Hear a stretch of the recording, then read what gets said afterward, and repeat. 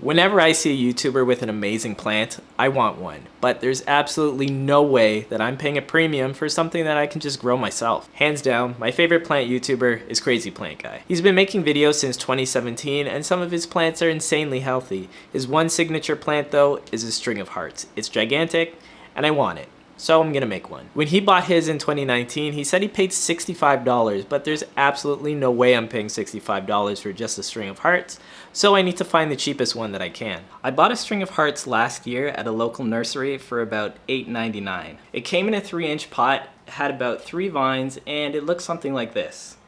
But let's fast forward a year. This is gonna be the starting point of our string of hearts that will rival Christian's. After months of research and literal minutes of planning, video after video, I'm gonna use all the best techniques that Christian and other YouTubers have taught me.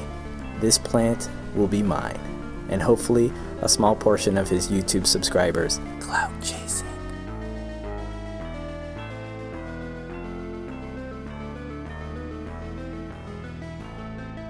I don't have time for this.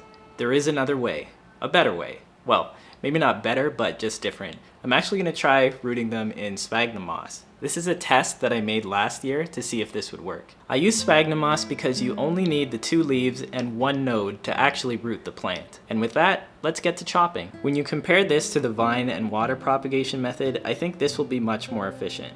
With the vining method, you do have to cut off 1 or 2 sets of leaves before allowing it to root in water, depending on the size of your propagation container. Using this method, I was able to get around 90 cuttings from my string of hearts. This is a lot of possible opportunities to create a new string of hearts vine. This should be enough to recreate Christian's string of hearts, but remember, not every propagation is going to be successful, so we're gonna try our best. I wanna take my cuttings just before the summer starts. That's when your string of hearts is about to flower, and I wanna take my cuttings when it has the most energy stored up inside its leaves. I chose this size plastic pot because I also have this size of terracotta tray. As you can see, it's about the same size. I chose this pot because it is so shallow. String of hearts generally have shallower roots, so I think this pot will be the perfect size for when I'm trying to avoid root rot with this plant. The string of hearts is a succulent or a semi-succulent plant, and it does need a really well-draining soil. Christian recommends using mostly cactus soil with a little bit of potting soil and using perlite or pumice for extra drainage. For my soil mix, I'm going to start with a base of cactus soil, perlite, and horticultural charcoal. I'm not going to add any potting soil just because the Miracle-Gro cactus soil I'm using isn't my favorite and I've noticed it retains way more water than I'm used to. Finally, I'm going to place these in a Ziploc bag lightly closed. Not for the humidity. As a semi-succulent, the string of hearts is not a humidity-loving plant, but because I want the growing medium to stay evenly moist to help with plant growth, and this will help increase the temperature as well. The roots are so healthy, and just about every single one has started to root. So it's been a few weeks in the bag and I've lost maybe 2 or 3 cuttings. I think that rate is pretty good, but looking at this now, I don't think that this will be enough to even come close to comparing it with Christian's string of hearts. I think if he saw this, he'd laugh. Well, I mean, he wouldn't laugh. He seems like a really nice guy. He'd probably say something like, "Wow, great work, Lee. This is fantastic," which is exactly why we need more cuttings. So I'm gonna take a little bit of a risk and put the entire layer of moss on top of it.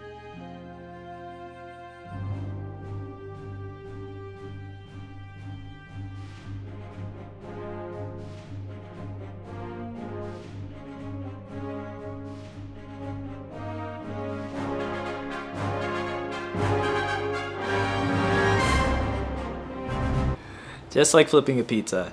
Probably a little bit more like a pancake, but let's talk problems with this method. There are no problems, and this will work out perfectly. Caring for plants is more often about caring for your environment. I know how to manage my environment when it comes to sphagnum moss, so that's why I stick with that method. But do you need to use sphagnum moss? No, not really. This method would have worked perfectly well if I had just used soil, but personally, I do struggle with managing my moisture levels when it comes to my soil propagations. Many people have reminded me in my past videos on YouTube and TikTok that soil propagations are the one and only way to go. But honestly, I've lost so many soil propagations that I always just encourage people to go what they're most comfortable with. If you're an expert at water propagations, stick to water. If you swear by perlite or sphagnum moss, then stick to those things. And especially never use a new method that you're not comfortable with on a plant that you're not willing to lose. But unfortunately, I shot that last part of the video in late August, so as this growing season comes to a close, I'm just gonna sit through 5 months of Canadian winter and hope for some new growth in the spring. Have I been working on this video for 2 years? Oh man.